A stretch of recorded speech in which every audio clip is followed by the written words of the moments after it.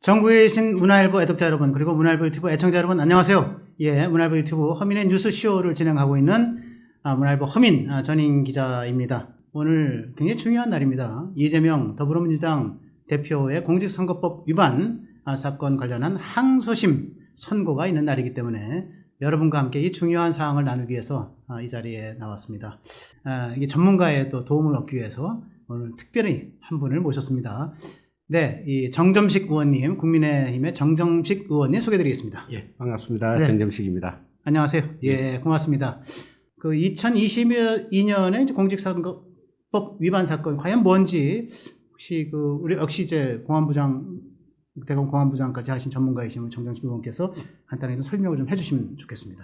예, 2022년은 이제 대선을 앞둔 시점에서 성남시 대장동 개발 사업 관련자인 김문기 씨와 해외에서 골프를 친 적이 없다라는 거짓말을 하고, 또 역시 백현동 개발 사업과 관련해서 성남시에서 자체적으로 용도 변경을 해줬음에도 불구하고 그 백현동의 용도 변경이 국토부의 그 협박에 의해서 해준 것이다. 라고 거짓말을 했다는 것에 대해서 1심에서 유죄가 선고가 되었습니다. 네, 지금 속보가 하나 들어와 있는데 법원이 하위 직원이라서 몰랐다라는 발언은 거짓말로 처벌을 못한다. 이건 어떻게 봐야 됩니까? 이제 알았다 몰랐다라는 것은 어떻게 보면 이제 의사실 공표에서 말 그대로 제명에서도 나타나듯이 사실이냐 평가냐 인지냐 이 부분이거든요. 그렇기 때문에 나는 몰랐다라고 하는 부분에 대해서 이거를 사실이라고 볼 수는 없다. 예를 들어가지고 그럼 얼굴은 알았냐, 이름을 알았냐, 뭐 이런 부분이 아니라, 그 사람 난 잘 모른다라는 것은 사실이라기보다는 약간 자신의 평가에 가깝다라고 이제 법원은 판단을 한 것으로 보입니다. 허위사실 공표라고 하는 것은 행위로서 처벌해야 된다. 뭐 여기에도 좀 해당이 되는 건가요? 예, 그렇습니다. 예를 들자면 골프를 쳤다 안 쳤다라는 것은 이제 행위인데 사실이라고 볼 수가 있는 거고, 그 사람은 안다 모른다라는 부분은 그 사람의 자기의 약간의 가치 판단의 문제도 들어가 있기 때문에 처벌을 못한다라고 법원이 판단한 거 아닌가 싶습니다. 그럼 지금 이 법원이 하위 직원이라서 내가 김문기 전 성남도시개발공사 전 직원을 몰랐다라고 하는 발언, 처벌 못한다고 하는 발언은 새로운 내용은 아닙니다. 1심에서 무죄가 선고되었던 그런 부분이죠. 바로 그 내용이군요. 예, 그렇습니다. 네.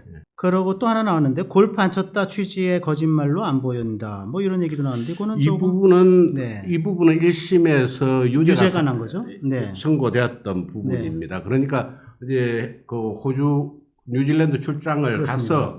가서 11명의 일행 중에서 두 사람 성남도시개발공사 관련자 김문기 씨 등 두 사람과 이재명 대표가 골프를 쳤는데 그때 이제 방송에서 이야기하기를 국민의힘이 사진을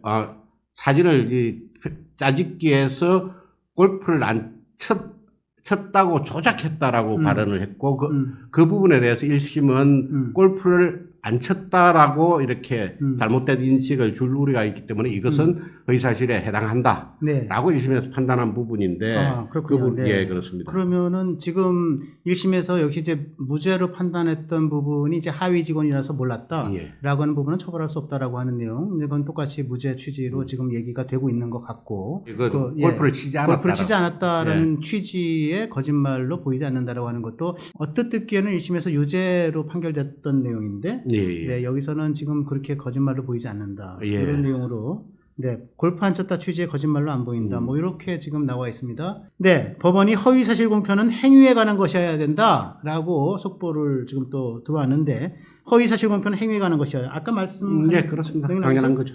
당연한 거죠. 그러니까 1심에서 법원이 이제 무죄로 평가했던 부분, 그 부분에 대한 이제 부연 설명이라고 볼 수 있겠습니다. 네. 제가 하나 참 여기서 짚고 넘어가지 않으면 안 될 중요한 내용이 있는 것 같습니다. 이게 사실 재판지연 문제인데, 2022년 9월, 이게 이제 허위사실 공표 혐의로 이제 이재명 대표가 기소가 돼서 1심, 즉, 지난해 11월 15일이었습니다.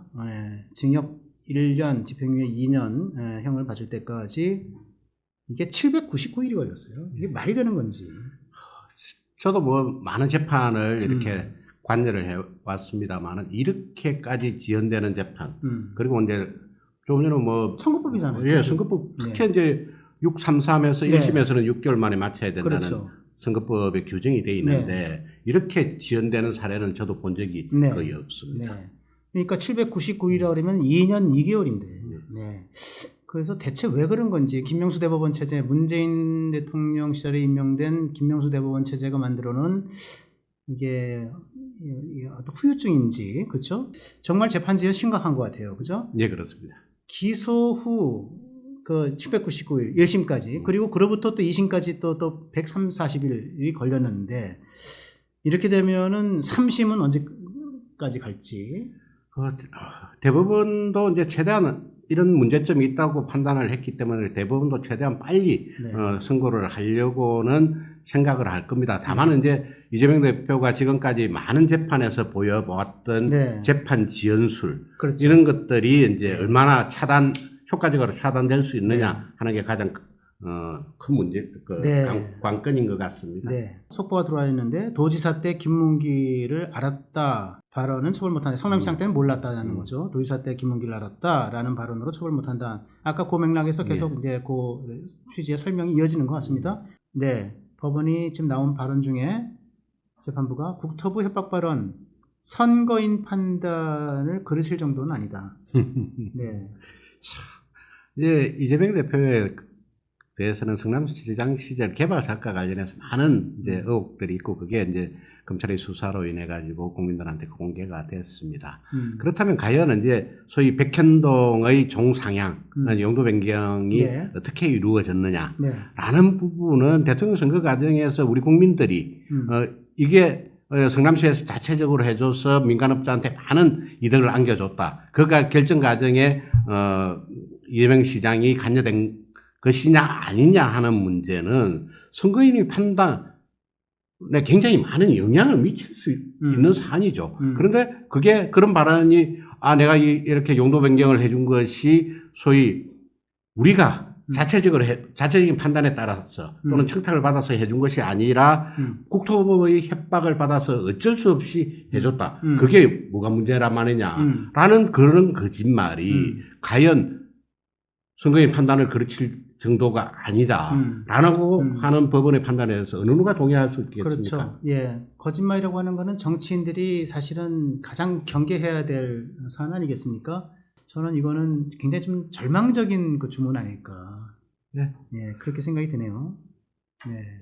지금 우리 국민들이 그동안 이제 가장 신뢰를 보냈던 기관이, 많은 신뢰를 보냈던 기관이 법원과 헌법재판소입니다. 네. 헌법재판소는 대통령 탄핵 심판을 계기로 해서 국민들이 많은 국민들이 신뢰를 그렇죠. 잃게 되었고, 네. 지금 이재명 사건 재판과 관련해서 사법부 역시 마찬가지 길로 걸어가는 것이 아니냐라는 생각 때문에 굉장히 안타깝게 생각을 합니다. 알겠습니다. 네.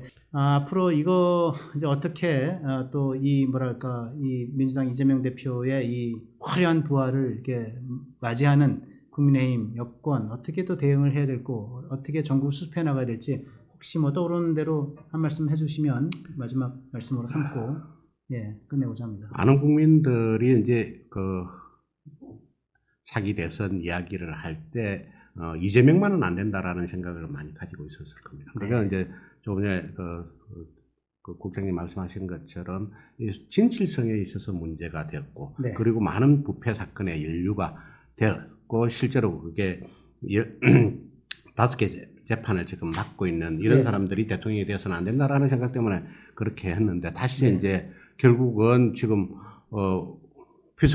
박탈 행위 아니라 무죄가 선고된다면 결국 검찰이 앞으로 남은 것은 이제 상고를 통해서 이 판결을 바로 잡을 것이라고 생각하고 대부분에 대해서 일말의 희망을 가지고 있습니다. 다만 이제 이런 사태에 대해서도 우리 당이 앞으로도 더 많은 대비를 해야 되지 않을까라는 생각을 갖게 됩니다. 네, 알겠습니다. 오늘 2025년 3월 26일 이재명 민주당 대표의 공직선거법 위반 사건 항소심 2심 이게 법원의 이런 판단 지금 정경식 의원께서 이렇게 쭉 설명을 해주셨지만 정말 그냥 안타깝게 생각이 드는데요. 더욱더 미래를 준비하고 내일을 준비하면서 더욱더 이 전국을 수습해 나갈 수 있는 지혜 절실하다고 생각이 듭니다. 네, 오늘 이재명 대표의 선거법 위반 2심 선고를 맞이해서 특별판으로 편성했던 라이브 방송 오늘 여기까지 모시겠습니다. 나오신 정정식 위원님 정말 감사합니다. 예, 감사합니다. 네, 다음 시간에 뵙겠습니다. 감사합니다.